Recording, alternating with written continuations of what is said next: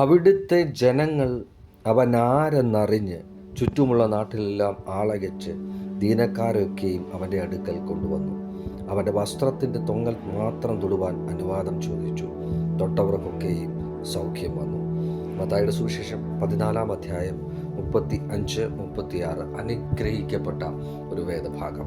അവിടുത്തെ ജനങ്ങൾ അവൻ ആരെന്ന് തിരിച്ചറിഞ്ഞു. അറിവുകൾ എല്ലാ സമയത്തും നമുക്ക് അനുഗ്രഹമായ ഒരു കാര്യമാണ്. അറിവുകൾ എല്ലാ സമയത്തും രണ്ട് കാര്യങ്ങൾ ഒരു മനുഷ്യൻ്റെ ജീവിതത്തിൽ കൊണ്ടുവരുവാനിടയായിത്തീരും.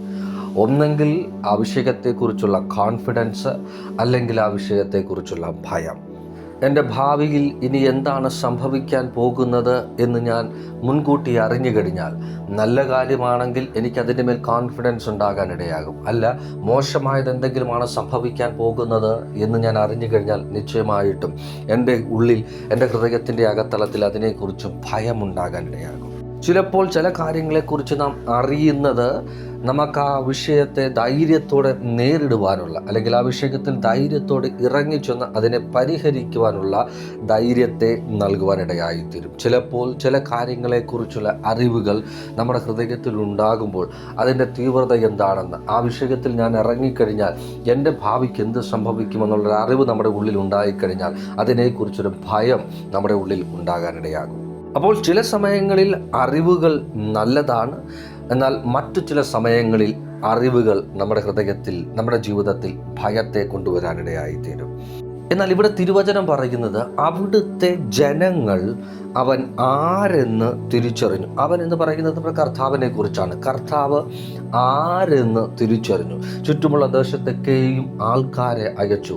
ദീനക്കാരെയും ഭൂതബാധിതരെയും രോഗികളെയും ഒക്കെ അവൻ്റെ അടുക്കൽ കൊണ്ടുവന്നു. അവൻ്റെ വസ്ത്രത്തിൻ്റെ വെളിപ്പിൽ തൊടുവാൻ അനുവാദം ചോദിച്ചു. ചോദിച്ചവർക്കെല്ലാം സൗഖ്യം ലഭിക്കാനിടയായി, വിടുതൽ ലഭിക്കാൻ ഇടയായി. ക്രിസ്തുവിൻ്റെ സഹോദരങ്ങളെ, നാം ആരാധിക്കുന്ന ദൈവം ആരെന്നുള്ളൊരു അറിവ് നമ്മുടെ ഹൃദയത്തിൻ്റെ അകത്തളത്തിൽ ഉടലെടുത്തു കഴിഞ്ഞാൽ അന്ന് വരെ ചെയ്യുവാൻ കഴിയാത്ത കാര്യങ്ങൾ ചെയ്യുവാൻ നമ്മെ അത് ബലപ്പെടുത്താനിടയായിത്തീരും. നോക്കാം, ഈ പ്രദേശത്തിലെ ജനങ്ങൾ ഇന്ന് വരെ ഇങ്ങനെയൊരു പ്രവൃത്തി അവരുടെ ജീവിതത്തിൽ ചെയ്തിട്ടില്ല.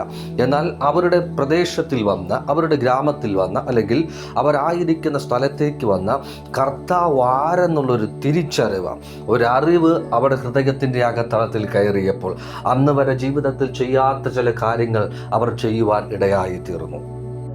പലപ്പോഴും പലതിനെക്കുറിച്ചും നമ്മുടെ ഹൃദയത്തിൽ ഭയമുണ്ടാകുന്നതിൻ്റെ പിന്നിലെ കാരണം നാം സേവിക്കുന്ന ദൈവമാരെന്ന്, നമ്മുടെ കൂടെയുള്ള ദൈവമാരെന്ന്, നമ്മുടെ ഉള്ളിലുള്ള ദൈവമാരെന്നുള്ളൊരു തിരിച്ചറിവ് നമുക്ക് ഇല്ലാത്തത് കൊണ്ടാണ്. എന്നാൽ ഈ ദൈവം ആരെന്നുള്ളൊരു അറിവുള്ളിൽ കയറിക്കഴിഞ്ഞാൽ, ആ ദൈവം ആരെന്നുള്ളൊരു തിരിച്ചറിവുള്ളിൽ കയറിക്കഴിഞ്ഞാൽ, നോക്കുക, വചനം പറയുകയാണ്, അസാധ്യമായ കാര്യങ്ങളെ ചെയ്യുവാൻ, സാധാരണ ജനങ്ങളെ ബലപ്പെടുത്തുവാൻ ആ ഒരു അറിവ് കാരണമാകാനിടയായി.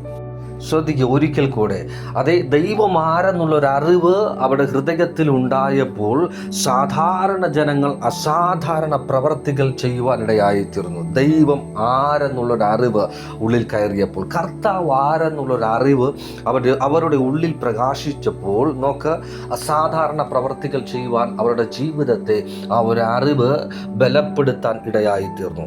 ഈ പ്രഭാതകാലം ഈ വചനം കേട്ടുകൊണ്ടിരിക്കുമ്പോഴും അസാധ്യതകളുടെ നടുവിലാണ് നിൽക്കുന്നതെങ്കിലും നീ സേവിക്കുന്ന ദൈവം, നീ ആരാധിക്കുന്ന ദൈവം, നിന്റെ കൂടെയുള്ള ദൈവം ആരെന്നൊരു തിരിച്ചറിവ് നിനക്കുണ്ടെങ്കിൽ, പ്രവാചകൻ പറഞ്ഞതുപോലെ, പ്രവാചകൻ പ്രവചിച്ചതുപോലെ അസ്ഥികളോട് പ്രവചിക്കാൻ നിന്നെ അത് ബലപ്പെടുത്താൻ ഇടയായിത്തീരും. അത് ഒരിക്കലും ഒന്നിക്കത്തില്ലെന്ന് പറഞ്ഞ്, ഒരിക്കലും കൂട്ടിയോജിക്കുകയില്ലെന്ന് പറഞ്ഞ്, ഒരിക്കലും ഇനി പൂർവ്വസ്ഥിതിയിലാകത്തില്ലെന്ന് പറഞ്ഞ് ശിഥിലമാക്കപ്പെട്ട് കിടന്ന, ഒരിക്കലും ഒന്നിക്കാൻ കഴിയാത്ത അവൻ സാഹചര്യത്തിൽ കിടന്ന അസ്ഥികളോട് പ്രവാചകരോട് പ്രവചിക്കാൻ സർവശക്തനായ ദൈവം പറഞ്ഞപ്പോൾ, ദൈവം ആരെന്നുള്ളൊരു അറിവ് അവൻ്റെ ഹൃദയത്തിലുള്ളത് കൊണ്ട് അവൻ പ്രവചിക്കാൻ തുടങ്ങാനിടയായിത്തീർന്നു.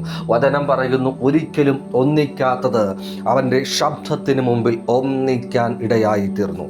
പ്രവാചകൻ ആരെന്ന് അവനറിയാം, അവനോട് ഈ അരുളപ്പാട് ചെയ്ത ദൈവം ആരെന്നറിയാം, പ്രവചിക്കാൻ പറഞ്ഞ ദൈവം ആരെന്നറിയാം, ഓർഡർ വന്നത് എവിടെ നിന്നാണെന്നും അറിയാം.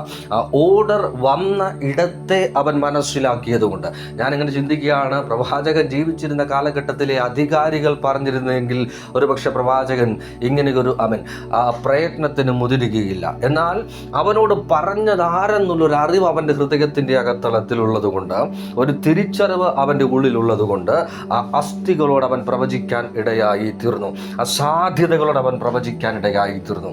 ഇന്ന് പ്രഭാതകാലം ഈ വചനം കേട്ടുകൊണ്ടിരിക്കുമ്പോൾ നിന്റെ ദൈവം ആരെന്നുള്ളൊരു തിരിച്ചറിവ് അസാധ്യതകളോട് പ്രവചിക്കാൻ നിന്നെ ബലപ്പെടുത്താൻ ഇടയായി തീരും. അടഞ്ഞ വഴികളോട് പ്രവചിക്കാൻ നിന്നെ ബലപ്പെടുത്താൻ ഇടയായി തീരും. തുറക്കാത്ത വാതിലുകളോട് പ്രവചിക്കാൻ നിന്നെ ബലപ്പെടുത്താൻ ഇടയായി തീരും. ഈ പ്രഭാതകാലം ദൈവം ആരെന്നുള്ളൊരു അറിവ് നിന്റെ ഹൃദയത്തിൻ്റെ അകത്തളത്തിൽ പ്രകാശിക്കട്ടെ. നോക്ക് പുതിയ നിയമത്തിൽ അപ്പോസ്തല പ്രവൃത്തിയുടെ പുസ്തകത്തിൽ സഭയെ മുച്ചോട് മുടിക്കാൻ ഒരുവൻ അധികാരപത്രവുമേന്തി കുതിരപ്പുറത്ത് ദമസ്കോസിന്റെ പടിവാതിക്കൽ ചലിച്ചുകൊണ്ടിരിക്കുകയാണ്. വചനം പറയുന്നു, കർത്താവിൻ്റെ സാന്നിധ്യം അവനെ തൊട്ടു. അവൻ കുതിരപ്പുറത്ത് നിന്ന് വീണ് കഴിഞ്ഞ് എഴുന്നേറ്റപ്പോൾ അവൻ ആദ്യം ചോദിക്കുന്ന ചോദ്യം, കർത്താവേ നീ ആരാകുന്നു എന്നാണ്. നീ ആരാണെന്ന് എനിക്കൊന്ന് അറിയണം. ഇന്ന് വരെ അധികാരപത്രങ്ങൾ പലതും കരത്തിൽ വന്നിട്ടും ഇന്ന് വരെ ഇങ്ങനെയൊരു സന്ദർശനം എൻ്റെ ജീവിതത്തിൽ എനിക്കുണ്ടായിട്ടില്ല. ഇങ്ങനെയൊരു ഇടപെടൽ എൻ്റെ ജീവിതത്തിൽ എനിക്കുണ്ടായിട്ടില്ല. ഇന്ന് വരെ ഉണ്ടാകാത്ത ഒരു അനുഭവം എൻ്റെ ജീവിതത്തിൽ എനിക്ക് നൽകിയ നീ ആരെന്ന് എനിക്കൊന്ന് അറിയണം. ആരാകുന്നു കർത്താവേ? ശക്തനായ പൗലോസ്, അതേ സ്തോത്രം, പൗലോസ് ആകുന്നതിന് മുൻപേ തന്നെ അവനൊരു ചോദ്യം ചോദിക്കുകയാണ്. അതേ, നീ ആരാകുന്നു കർത്താവേ? ദമസ്കോസിന്റെ പടിവാതിക്കൽ വെച്ചും നീ ആരാകുന്നു കർത്താവേ എന്ന സാന്നിധ്യത്തെ നോക്കി ചോദിച്ചവൻ, അതെ, ലേഖനങ്ങൾ തൻ്റെ തൂലിക ചലിപ്പിച്ചെഴുതുമ്പോൾ അവൻ അറിഞ്ഞ ആ ദൈവത്തെക്കുറിച്ച് എഴുതി വിശദീകരിക്കുകയാണ്. അവൻ ധന്യനായ ഏകാധിപതി, അടുത്തുകൂടാൻ പറ്റാത്ത വെളിച്ചത്തിൽ വസിക്കുന്നവൻ, മനുഷ്യരാരും കണ്ടിട്ടില്ലാത്തവൻ, കാണാൻ കഴിയാത്തവൻ. നോക്ക് യേശുവിൻ്റെ നാമത്തിൽ ഒരു മനുഷ്യൻ്റെ അറിവ്, ദൈവത്തെക്കുറിച്ചുള്ള അറിവ് അവൻ ആഗ്രഹിച്ചപ്പോൾ ദൈവം തന്നെക്കുറിച്ചുള്ള വെളിപ്പാടുകൾ അവന് തുറന്നു കൊടുത്തപ്പോൾ അവൻ ആ ദൈവത്തെക്കുറിച്ച് തൻ്റെ തൂലിക ചലിപ്പിച്ചെഴുതുകയാണ്. അവൻ ധന്യനായ ഏകാധിപതി, അവൻ അടുത്തുകൂടാൻ പറ്റാത്ത വെളിച്ചത്തിൽ വസിക്കുന്നവൻ, മനുഷ്യരാരും കണ്ടിട്ടില്ലാത്തവൻ. ഇന്ന് പ്രഭാതകാലം ഈ വചനം കേട്ടുകൊണ്ടിരിക്കുമ്പോൾ, കർത്താവ്, എൻ്റെ സാഹചര്യങ്ങൾ, എനിക്ക് മുമ്പിൽ നിൽക്കുന്ന പ്രതികൂലങ്ങൾ, എനിക്ക് മുമ്പിൽ നിൽക്കുന്ന പ്രതിസന്ധികളുടെ മുമ്പിൽ തളർന്നു പോകുവാനല്ല, ഉറച്ചു നിൽക്കുവാനല്ല, അതിനെ സ്തോത്രം കൂശാതെ, അതിനെ ഭയപ്പെടാതെ, യുദ്ധമുഖത്തെ ഭയപ്പെടാതെ അവിടേക്ക് പാഞ്ഞെടുക്കുന്ന മനോഹര തുരകം പോലെ എൻ്റെ കാലുകളെ ബലപ്പെടുത്തുവാൻ, എൻ്റെ ജീവിതത്തെ ബലപ്പെടുത്തുവാൻ, ഞാൻ സേവിക്കുന്ന ദൈവം ആരെന്നുള്ളൊരു തിരിച്ചറിവ്, ആരെന്നുള്ളൊരു അറിവ് എൻ്റെ ഹൃദയത്തിൻ്റെ അകത്തളത്തിൽ ഈ പ്രഭാതകാലം പ്രകാശിപ്പിക്കണമേ എന്ന് ആര് പ്രാർത്ഥിക്കുന്നുവോ അവർക്ക് വേണ്ടി തന്നെ താൻ വെളിപ്പെടുത്താൻ മതിയായവനായ ഒരു ദൈവത്തെയാണ് നാം ആരാധിക്കുന്നത്. അതേ വചനം നമ്മോട് പറയുന്നു, ദൈവത്തോട് അടുത്തു ചെല്ലുക, എങ്കിൽ അവൻ നിങ്ങളോടും അടുത്ത് വരുവാനിടയായി തീരും. ദൈവത്തോട് ചേർന്നിരിക്കുക, എങ്കിൽ അവൻ നിങ്ങളോടും ചേർന്നിരിക്കാനിടയായി തീരും. ഈ പ്രഭാതകാലം അതേ ഇപ്പോൾ മുൻപിൽ നിൽക്കുന്ന സാഹചര്യത്തെക്കുറിച്ചുള്ള അറിവല്ല, നിനക്ക് മുൻപിൽ നിൽക്കുന്ന പ്രതികൂലത്തെക്കുറിച്ചുള്ള അറിവല്ല, നിന്റെ ഭാവിയെക്കുറിച്ചുള്ള അറിവല്ല, മറ്റെല്ലാ അറിവുകളുടെയും വാതിലുകൾ അടച്ചിട്ട് സ്വർഗമേ അങ്ങയെക്കുറിച്ചുള്ള അറിവ് എൻ്റെ ജീവിതത്തിൽ പ്രകാശിക്കട്ടെ, എൻ്റെ ഹൃദയത്തിൽ പ്രകാശിക്കട്ടെ, എൻ്റെ വ്യക്തിപരമായ ജീവിതത്തിൽ പ്രകാശിക്കട്ടെ. ദൈവം ആരെന്ന് ഡീപ്പായിട്ടുള്ളൊരു അറിവ് ഈ ദിവസങ്ങളിൽ ഭയം കൂടാതെ മുൻപോട്ട് ചലിപ്പാൻ എൻ്റെ ഹൃദയത്തിൽ പ്രകാശിക്കട്ടെ എന്ന് ആര് പ്രാർത്ഥിക്കുന്നുവോ അവർക്ക് വേണ്ടി തന്നെ താൻ വെളിപ്പെടുത്തുവാൻ മതിയായൊരു ദൈവം. അതുകൊണ്ട് ഇന്ന് പ്രഭാതകാലം മറ്റെല്ലാ അറിവുകളെക്കാളും അങ്ങേ അടുത്തറിയുവാൻ ഞാൻ ആഗ്രഹിക്കുന്നുവെന്ന് ആര് പ്രാർത്ഥിക്കുന്നുവോ അവർക്ക് വേണ്ടി തന്നെ താൻ വെളിപ്പെടുത്തുവാൻ മതിയായ ഒരു ദൈവം. അങ്ങനെ എത്ര പേർ ആഗ്രഹിക്കുന്നുണ്ട്? അങ്ങനെ ആഗ്രഹിക്കുന്നവർക്ക് വേണ്ടി ഒരു വാക്കിൽ പ്രാർത്ഥിച്ച് സന്ദേശത്തെ അവസാനിപ്പിക്കാൻ ആഗ്രഹിക്കുക.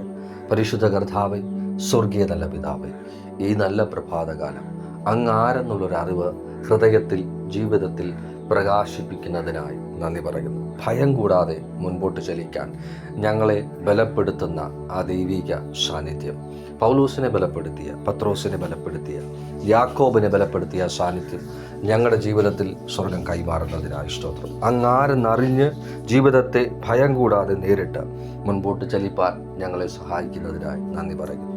തിരുകൃപ വെളിപ്പെടും. പ്രാർത്ഥന കിട്ടുന്നതിനായി നന്ദി. ക്രിസ്തു യേശുവിൻ്റെ നാമത്തിൽ തന്നെ ആമേൻ. കർത്താവ് നിങ്ങളെ സഹായിക്കട്ടെ. God bless you all.